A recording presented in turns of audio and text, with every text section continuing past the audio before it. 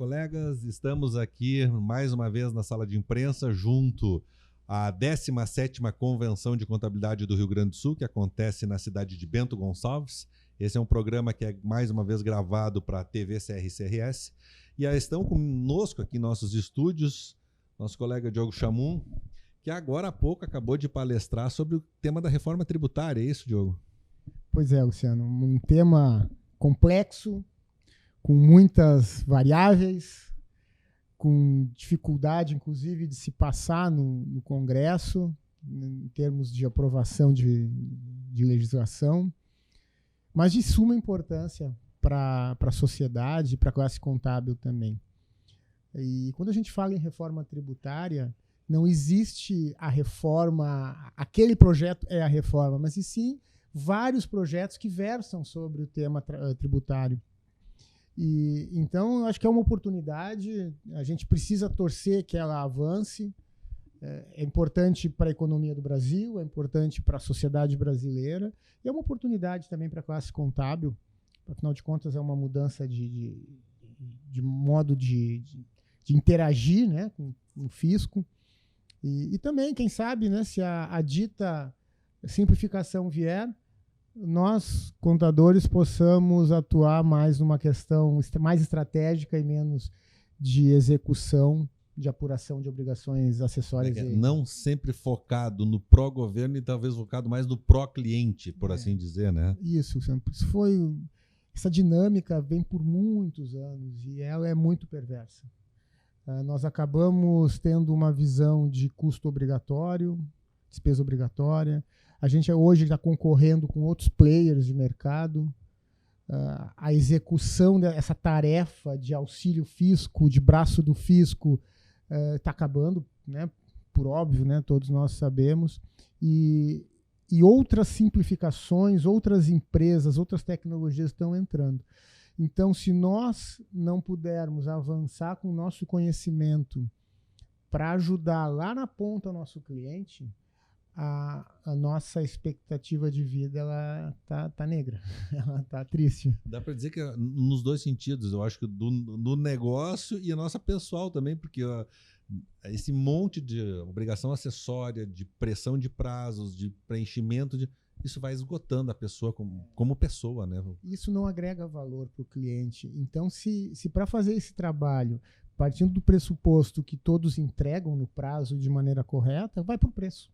Então, se tem uma empresa mais otimizada, e nós temos hoje as contabilidades ditas online, não sei se é contabilidade, mas sim execução de tarefas hoje exercidas por empresas contábeis, a gente vai trabalhar por preço. Essas empresas estão com um processo extremamente otimizado, uma tecnologia super avançada, podendo fazer preços ínfimos, e nós com estrutura, atendendo parte da demanda com software, outra parte com pessoas, acabamos ficando totalmente fora desse contexto. Então, não que a reforma tributária vai resolver isso, mas ela vai dar um empurrão, porque assim como a Receita Federal implementando, por exemplo, né, o projeto SPED, ele obrigou nós a executarmos as tarefas de maneira mais tecnológica, a gente tem, a sociedade, né, o brasileiro, tem por característica a passividade e conservadorismo. Então, a gente precisa fazer mudanças. E eu não sei se a grande gama dos colegas estão percebendo a urgência disso.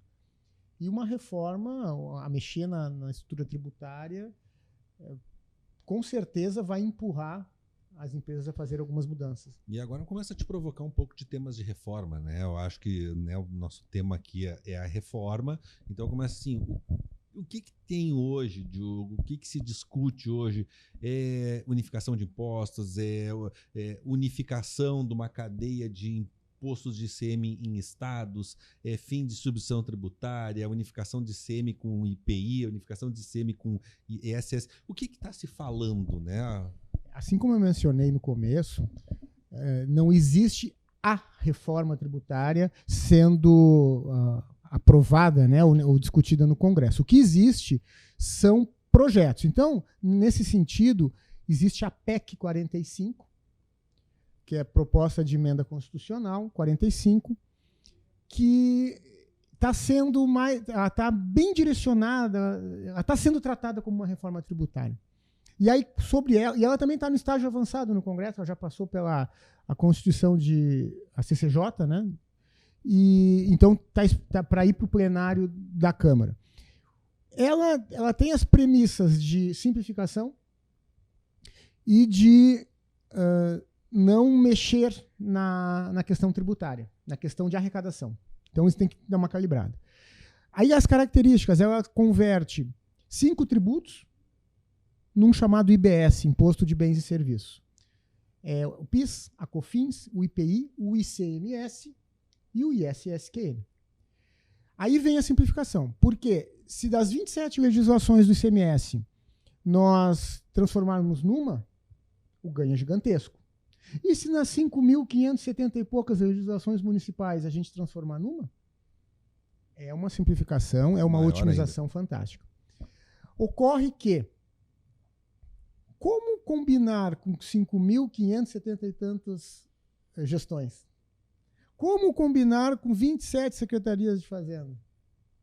Então, tem uma questão de difícil tramitação, mas vem sim num sentido de simplificação. Tem uma coisa muito bacana, que é, como hoje o Brasil tem uma divisão aí de imposto entre consumo e renda, e aí a renda são os impostos diretos sobre o que a gente recebe, então é justo, e sobre consumo ele é um imposto igual a todos. Então, uma doméstica que ganha um salário mínimo ou um alto executivo que ganha 20 mil estão pagando exatamente o mesmo imposto em qualquer bem que é adquirido no mercado. Essa PEC 45 ela prevê a devolução desse imposto para contribuinte, para cidadão de baixa renda. Então, até 2 salários mínimos e faz a devolução. Isso é muito positivo. A simplificação é muito positiva. É difícil a gente adentrar mais no critério, porque não existe, as alíquotas não estão postas no projeto. Elas viriam na sequência. Então, é o conceito. Então, a gente não consegue opinar. Mas a gente tem que ficar atento, e eu fiz na palestra ali uma referência, uma muito voltada à classe contábil e outra voltada a... Também é classe contábil, mas em termos de tributação. Como vão ficar as empresas... Porque esse IBS é um sistema não cumulativo. Então, se apura em cima do débito e do crédito, assim como é o ICMS, assim como é o PIS e a COFINS das empresas do lucro real, via de regra. Se as alíquotas serão lineares, quem comprar um serviço ou quem comprar um bem, uma mercadoria, vai pagar a mesma alíquota. E essa alíquota gera crédito para a empresa quando vende, gera crédito quando adquire insumos e débito na venda. Como que ficam os serviços? Nós vamos pagar, está se falando uma alíquota de 25% desse IBS. Nós vamos pagar 25% do serviço contábil. Vai se creditar do quê? Não vai se creditar de nada, vai se creditar de, sei lá, uma ou outra coisinha lá, um contrato de prestação de serviço, alguma coisa assim. Mas, pessoas conta de luz? Vai saber? Talvez. Hoje é para a indústria, prestação de serviço. Não, tô jogando pro alto aqui. Mas essa é a discussão mesmo. Então, o que eu imagino? Aí é pessoal. Não tem como mexer em alíquota. Porque se a gente começar a abrir concessão, é 25 para isso, é 22 para isso, é 15 para outro, eu acho que perde o sentido da PEC. Mas nós tínhamos que brigar com unhas e dentes para gerar crédito da folha de pagamento. Afinal de contas, a folha de pagamento é o maior insumo, é a grande matéria-prima da empresa prestadora de serviço. Então, nesse aspecto, a gente tem que ficar muito atento. E via de regra também, cortando, mas via de regra também a gente tem aquela, sempre diz, a folha de pagamento acaba sendo uma penalização para o empregador que oferece serviço. Ele gera emprego e ainda é penalizado por pagar imposto. Exatamente. E a característica da atividade de prestação de serviço não te permite optar por um sistema não cumulativo com uma alíquota bem maior. Sem dúvida. E outro aspecto também da área contábil, isso ninguém vê. Quem tem que ver somos nós. Somos líderes empresariais, líderes de classe, dizer que a transição prevista para esta PEC para o contribuinte é de 10 anos. Que vai gradativamente calibrando a alíquota do IBS e diminuindo a alíquota dos outros 5 tributos. Olha, se são 10 anos em 2 sistemas, são 2 apurações. Então, nós vamos passar a ter 2 apurações para cada empresa que adotar o IBS, que vai ser obrigatório, a exceção empresas do Simples. Então, vai pagar 2 apurações. Quem vai fazer isso? Assessoria contábil. Será remunerada por isso? Isso é simplificar? Então, eu acho que tem que ter alguns cuidados. A gente sabe da importância da transição. Virar uma chave é delicado, é difícil, mas tem que ter cuidado. E um último aspecto que eu acho também que é bem, eu não vou dizer popular, mas é de grande apelo, é que as empresas do Simples estão de fora disso. Mas elas vão ser penalizadas. Assim como outras situações, distribuição tributária, diferencial de alíquota, onde as empresas do Simples são penalizadas, e na lei geral fala em tratamento diferenciado, sim, mas o diferenciado tem que ser positivo, sim, não que onere. Diferenciado e simplificado. Exatamente. Então, tem mais uma questão. As empresas do Simples não vão gerar crédito quando venderem o seu produto. Então, o que isso quer dizer? Que uma empresa que comprar da do Simples para revender vai ter um aumento de custo de 25%. Sim, ela não tem o diferencial competitivo. Não é interessante comprar de empresa do Simples. Exatamente. Então vai dificultar, vai prejudicar as empresas do Simples nesse mercado que não seja varejo. Então a empresa do Simples que vender para a empresa, né, para ser revendido, e essa empresa não vai gerar crédito. Então são esses aspectos que eu acho que tem que ser discutidos, aprofundados, porque a gente não pode deixar essas coisas passar, porque não é justo. O que vai acontecer? Vai acabar o Simples. O Simples que foi uma grande transformação positiva que se deu lá atrás, em 1996, 97, com o Simples Federal, o Simples Gaúcho. Depois, lá em 2006, se transformou no Simples Nacional, com grandes conquistas, com grandes avanços em termos de burocracia, em termos de otimização de carga tributária. E a gente já vem perdendo gradativamente. Lembrando que as empresas do Simples hoje montam lá 95%, 96% das empresas hoje no Brasil. Sim. Então, nós não podemos deixar esse universo gigante desassistidos e prejudicados numa mudança que tem tudo para ser positiva.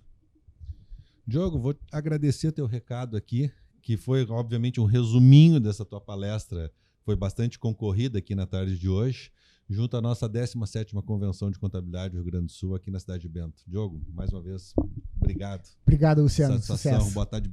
E, mais uma vez, obrigado por ter disposto um tempinho para passar aqui na rádio para gravar esse takezinho para nós. Tá? É importante passar o recado para os nossos colegas. Muito obrigado. Obrigado você.